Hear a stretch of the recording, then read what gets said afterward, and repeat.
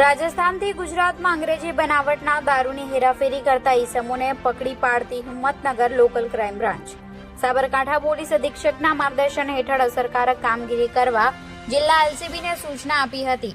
જિલ્લા એલસીબીમાં ફરજ બજાવતા police sub inspector DC Parmar અને તેમનો સ્ટાફ પેટ્રોલિંગમાં હતા. જે દરમિયાન એલસીબીમાં ફરજ બજાવતા નિરલ કુમારને બાતમી મળી હતી કે એક ઇકો ગાડીમાં દારૂ ભરી શામળાજીથી અમદાવાદ તરફ પસાર થવાની છે.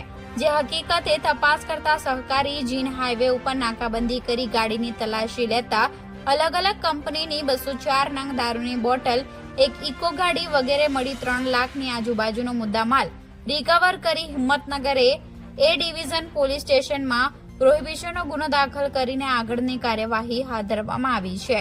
રિપોર્ટર ઘનશ્યામ સિંહ પરમાર, ગુજરાત ક્રાઇમ ન્યૂઝ, હિંમતનગર.